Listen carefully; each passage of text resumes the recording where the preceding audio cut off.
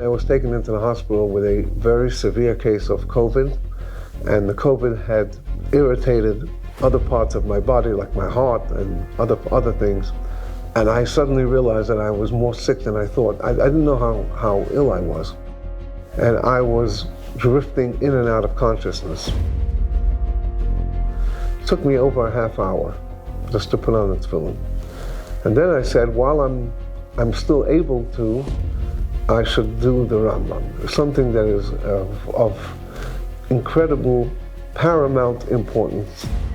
So I figured, okay, I better get it done now, because who knows what's going to be later. I started doing the Rambam. Learning? I don't think so, but I was certainly saying it. The problem is I was drifting in and out of consciousness.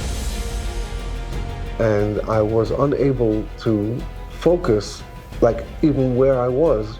So if I did 3 or 4 halachas, I would wake up probably 10 or 15 minutes later and not realize that I had done them already. And this went on and on. It took me 2.5 hours just to get through the 3 prakim of Rambam.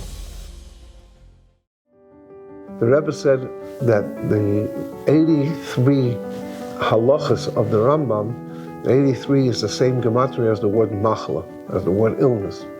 There can't be anything more healing from illnesses than learning the Rambam. So when we are faced with medical challenges, that should be the time when we must focus even more on the Rambam. Baruch Hashem, I was able to have a refuah shlema. I was at the kinus, and one of my friends, one of my chaverim, said to me, I guess, Oines Rachmana Patre.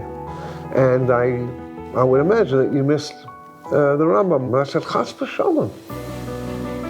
He says, what do you mean? I said, look, the Rambam is so vital to me, is so important to me, that it didn't matter where I was and what kind of situation I was in. I had to finish the day's Rambam no matter what. I don't know what it means not to do Rambam for the last 40-something years. There's been hakafas with the Rebbe, there's been weddings of children, Baruch Hashem, there's been births of children, there's been my own marriage. The biggest priority of my day, without any doubt, is doing the Rambam. There was no mitzvah, there was no campaign that the Rebbe introduced that he spoke about more than the Rambam. It's the one thing that everybody can do every single day. The Rebbe tells you, just these 3 prakim I want you to do.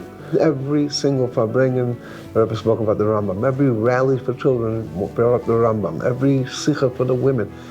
And he begged each one of them, he actually begged you, bakosha nafshis, like a beg, that we should do it. It is our opportunity every single day to connect to the Rebbe, because this is something that the Rebbe insisted on. Where do I find the time? How?